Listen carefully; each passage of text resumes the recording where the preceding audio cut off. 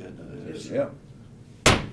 Okay, at this time, I'll call the November 28th, 2018 meeting for Dixon County Commission to order. And of course, we've moved it up one day.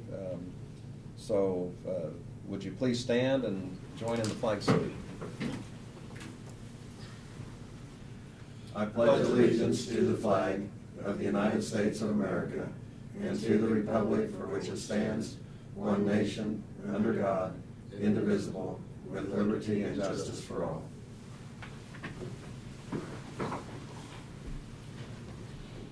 We have one item to add to the agenda, and so we'll do that. Consider amending section 320 of the county policy manual on FMLA leave. And with that, I would move that we approve the amended agenda. I'll second it. Have the motion and second. Any further discussion? Otherwise, all in favor say aye. Aye. Opposed? Motion carries. The consent agenda includes the minutes of November 15th meeting, payroll of $312,060.48, wire payment to Capers of $40,464.84, added tax $6,631.50, abatements $7,293.08. I'd move that we approve the consent agenda. I'll second it. We have the motion and the second. Any further discussion? And on the consent agenda, we can always set anything aside for further discussion if anyone requests that on the commission. So anyway, all in favor of the consent agenda, say aye. Aye. Opposed, motion carries. We'll go to commission comments, and Laverne, if you would start off, please. Okay.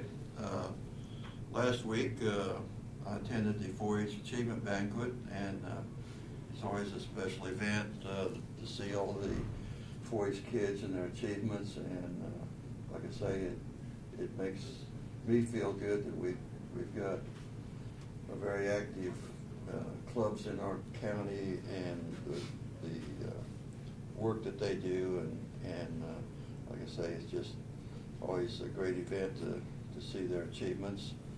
I will comment a little bit on harvest, because out in the farming community, it's been a real struggle for people to get their crops taken care of in between all the snowstorms that we've had. And like I say, normally by Thanksgiving time, everybody has put their combines away and not thinking about having to be out there in the field. But this year, the farmers were out in the field on Thanksgiving Day, and I can testify that I was one of them. And thankfully, we did finish up. And like I say, I think the Thursday, Friday, and Saturday were like I say, very busy out in the communities, but I think most of the crops did get taken care of. And I do know of one guy that was combining all night long on Saturday night just to get finished. And like I say, it's been a real struggle. So we appreciate the hard work that the farmers had to put in on this late in the season. So also last week was not a good week, because we had several deaths this last week, and four of them that I will mention. We had three of my good friends and people that have been very active in community supports and doing a lot of civic works. And myself and Barb and Janelle and Leah, we attended Everett Coley's funeral yesterday. And like I say, that Everett was a prior commissioner and sat in this seat. And a friend of mine, also Ron Shaw's funeral was yesterday afternoon, which I attended. And Ron Shivers, I meant. Shivers. Oh, Shivers. Yeah. Ron Shivers. And anyway, like I say, also another friend of mine, and Kenny Wetzel has also passed away, and I think his funeral's tomorrow. And Gloria Hobson worked upstairs for us, and apparently she passed away also this last week. So, like I say, yesterday was kind of a tough day to, usually don't attend 3 funerals in 2 funerals in one day, but anyway, just wanted to mention that these people were very aware, had done a lot of community service work, and like I say, just have been people that we're gonna really miss, so that's all I got. Okay, thank you. I also attended the 4-H banquet, achievement banquet, and you know, it's just amazing as you see all of the 4-Hers recognized and the leaders recognized, and they have, for all the various awards, they come across the stage. But it is also so streamlined. It's just amazing that they recognize so many people that quickly, and all the sponsors. But it makes you especially proud of the efforts that our extension office does, and that 4-H leaders and kids do. And we've been told, and and it reminds me of it, we have one of the most outstanding 4-H programs in the whole state of Kansas. And considering what our population is compared to the others, but the blend of rural and farming and the families, you know, it's a family effort. It's just amazing, and it's nice to see that recognition for them. Earlier I got a call from Senator Moran's office, and they were just kind of checking in, and he's extremely busy back at DC. And also earlier this morning we had a report from Sheriff Gareth Hoffman, and kind of just gave us an overview of some of the things that are going on in the Sheriff's Department, some of the challenges, and just a very good discussion. Craig Chamberlain is still on the mend, and then also this morning for our work study we had Commissioner-elect Ron Roller with us, and I appreciate him taking time to be here, because you know, we kind of have a smooth handoff and a good transition, but it's amazing week to week as we hear reports from department heads and elected officials, how much there is going on within the county. Also, I wanted to applaud and recognize the road crews. You know, it's very obvious with the snow that we had, the challenges with that, and public safety and accessibility of the roads. You know, they're right on top of that, and you know, from KDOT on taking care of roads to the county levels to the city levels, it was a very organized, well done effort, and nice to see that snow melt and move on to maybe some better weather here. Okay, that's all I have. If there's nothing else, we'll go to, there are a time here for public comments. If there's anyone that would want to make any public comment or have a question, now would be the time to do it if it's something that is not on the agenda. Hearing none, as far as public comments, we'll go to report of county officers. Brad, we'll start with you. Okay, I would add a little bit to your comment about the storms and the good job that everybody did, not only road and bridge, but 911. I think we had 16 accidents on Saturday or on Sunday that were dispatched around the county, and as well as all the other calls. So not only the first responders, the dispatchers, and the road crews all did a good job. We did tally up what the cost was from the snow removal. Just the snow removal alone was $22,473 to the county. So that was one day's work worth of removing snow, and as you can see, it's rather an expensive venture, but it's something that has to be done. So, and it takes year-round preparation, all the way from getting the salt and the sand loaded or hauled in, and you know, as you know, we keep 1,000 tons of salt, road salt on hand just for that purpose. And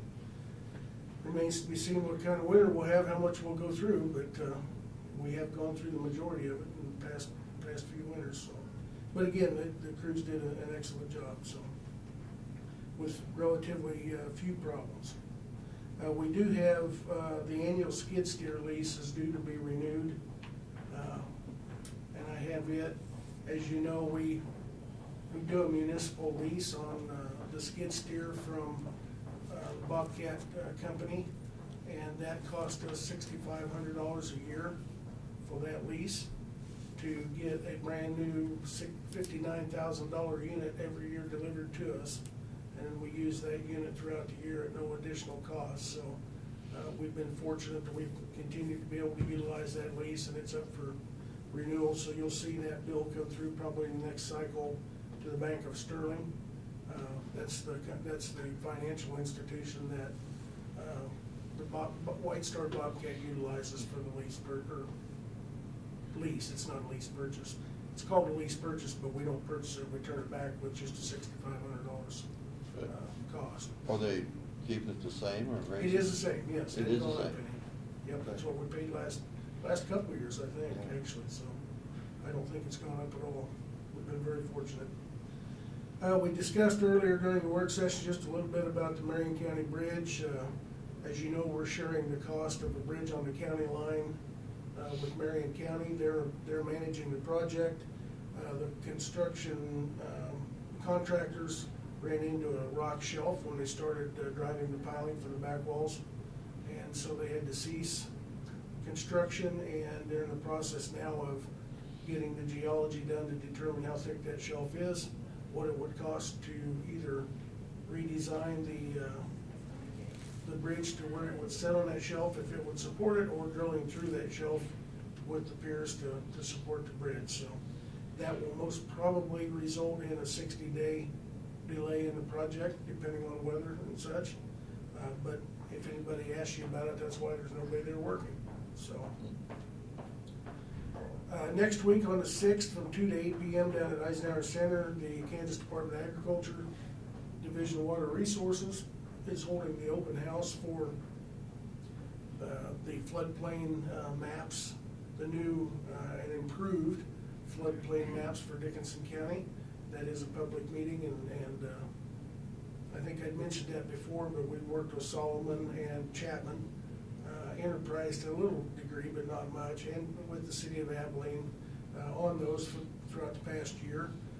We were pleasantly surprised last week at the meeting we had with them here in our offices that some of the information we were able to obtain through a public meeting that we had in Solomon, where we actually met with, I think, about 60 people one evening, and we got photographs and memory recollection and such from them. But a lot of photographs that they were able to give us that we scanned that night, brought back and put together and gave to the company that has been hired to do this modeling and assessment. And the photographs were dated clear back to the 51 flood, 73 flood, the 93 flood, and the 2006 flood, where the water had actually come up on the streets in Solomon. And as a result of that meeting, they reduced the proposed floodplain area tremendously. Really? Even smaller than what it is now. Wow, that's Yes, great so news. we were really surprised and very, very pleased with the results, and I think it's much more in line with what actually happens when it rains. So at any rate, that meeting is next week on the 6th from 2 to 8. If you're interested in attending and looking at what they're proposing to FEMA to be adopted, it'll be adopted next year as the official floodplain maps for Dickinson County. So there are some areas in the county that are affected, although they're minimal in the unincorporated area. It's just a slight area in Hope that's affected for the North Central Kansas Co-op or whatever their new name is down there.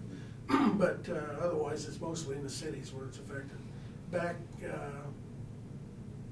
a century or two ago, when when settlers came out here, for some reason they started settling close to the river, and the communities have grown from that point. Well, that worked out good when you were carrying water in a bucket from the river to your house, but it's not so great now when you have homes and facilities and things that are built close to those tributaries, and the water comes up and they flood. So something that we have to deal with, and they redo those. I think the last ones were redone in the 80s, so it's been some time since they were updated, so. Let's see, what else have we got? We did purchase diesel fuel this week. The bids came in at $2.44 for MKC, and Robson's was $2.47, so this week the purchase went to MKC. And then I just wanted to bounce off of you where you do have one more appointment for the Area Agency on Aging that we need to come up with. I did talk to Levita Montgomery earlier this week, and she is certainly willing, as Sandra had said, to serve, and she thought that would be an excellent fit for her to represent the county on that, so. That's all I've got. Okay, thank you. This time we'll go to notices and communications on anything that we have received on that. We have from Magellan Midstream Partners, and it has to do with pipeline safety.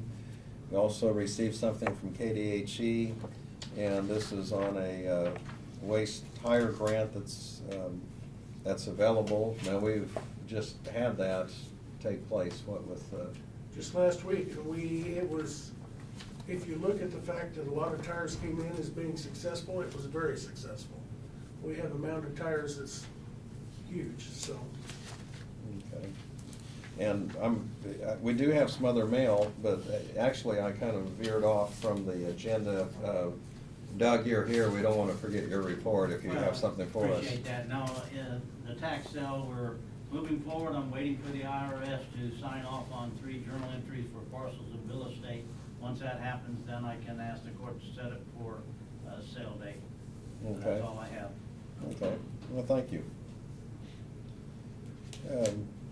We have a pamphlet we get from North Central Regional Planning Commission, and talks about some of the things that they're doing here in Dixon County. Also on County News from the National Association of Counties. They're also having a save the date regarding recycling, and an event that's going to take place in Lynchburg and at Bethany College. They have quite a recycling program there also. I also have a couple other things here. One of them from KDHE, and on the Kickhafer property, they're permitting for a renewal on that particular property for livestock. We also have a notice from Wise and Reber attorneys in McPherson County, and this is just sent to us for information regarding MKC versus the Board of County Commissioners of Dixon County, and it's just kind of a maintenance issue or cleanup as far as on just where the easements are. Right. And so they just notify us that we're part of that. So that's pretty much all I have. Was there any other comments or inquiries that? Well, I might comment on the tires. We got someone that's gonna take the tires, and but you don't know what costs we got involved. I don't yet, no. I'll have Randy come back and report on that, but I know it was very successful, and he had a good turnout, and we've got the transfer station, I think it's been renamed Tire City. Well, They've got a big pile of tires. I noticed the pile, I drove by there, and Pretty good size. yeah. So, yeah, I don't know that we'll have a total number until after the company that we've contracted with removes them, but we should have that before long, I would guess. But each one of those is a tire that's not dumped out on the county road, so it's a Right. good thing, so. Well, I had 5 tires that I had planned on taking out there, and I'd stacked them up. And someone drove by and said, well, what are you doing? I said, well, I can take these out to the landfill. And they said, well, can I look at them first? And they took 2 of them. And I guess they had a trailer, they were just good enough condition, so they were repurposed. But Look good. when I happened to go out there was quite a few tires that had accumulated, and I'm sure Randy might have moved some of them around from the day that I was there, but anyway, and that's a busy place out there, It is the very busy. landfill. I mean, you see a lot of people that are doing cleanup or light construction projects or whatever.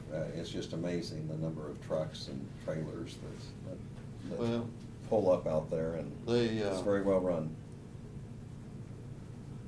I didn't realize we was taking trees. I seen a truck pull in there with a load of trees. Is that something we take? Not normally unless there's special circumstances like a storm or something like that. Unless it came from one of the cities or our guys. I don't know. Okay. Yeah, I think with small limbs or something. yeah. That's probably something we should ask Randy about when he's here. I mean, just informational. And the truck was ahead of me, so I don't know what truck it was, but it was a good sized load. Yeah, in Could the have been past, county. if we have a storm and we have trees, a lot of trees that are blown down or whatever for the following week or 10 days, we'll open up and take trees. Okay. And we are permitted to accept them and burn them, but we don't do that on a normal basis. Yeah, well, that's what I was thinking. Most of the communities have their own tree and brush disposal sites, so we don't get into that. Anytime we do burn, we have to be very cautious with the interstate close, and so we try to avoid it unless there's good reason to. Okay. We actually just have a couple more action items to consider, so we'll move on to those under other business. Levita Montgomery has agreed to be appointed as a Dixon County representative to the Flint Hills Area Agency on Aging, and she will represent us on the board of directors, and really appreciate her volunteerism and expertise, and I know she'll be a good representative, and I would move that we officially appoint her. I'll second it. So we have the motion of the second to appoint Levita Montgomery as the Dickinson County representative to the Flint Hills Area Agency. Any further discussion? All in favor say aye. Aye. Opposed, motion carries. The other item we have is added to the agenda, and this was amending section 320 of our county policy. So Brad, would you want to offer a summary of what that involves? Yes, the section 320 deals with the Family Medical Leave Act within our policy manual. There have been some slight verbiage changes that deal specifically with military leave and dealing with employees that are in the military or their families. Nothing that is really crucial or jaw-dropping as far as us, but we do that every year when the IRS or the federal government makes any changes to coincide with their laws. So, because FMLA is a federal law, so this just brings us up to speed so that we are consistent with the wording and verbiage within that policy. Okay. We have a motion for Yeah. that amendment? I'll move that we amend section 320 in our county policy to bring that up to date. Okay, so I'll second that. So we have the motion to amend section 320 of the Family Medical Leave Act on our county policy. And the second, any further discussion? All in favor say aye. Aye. Opposed, motion carries. I'll consider a motion for adjournment if there's nothing else.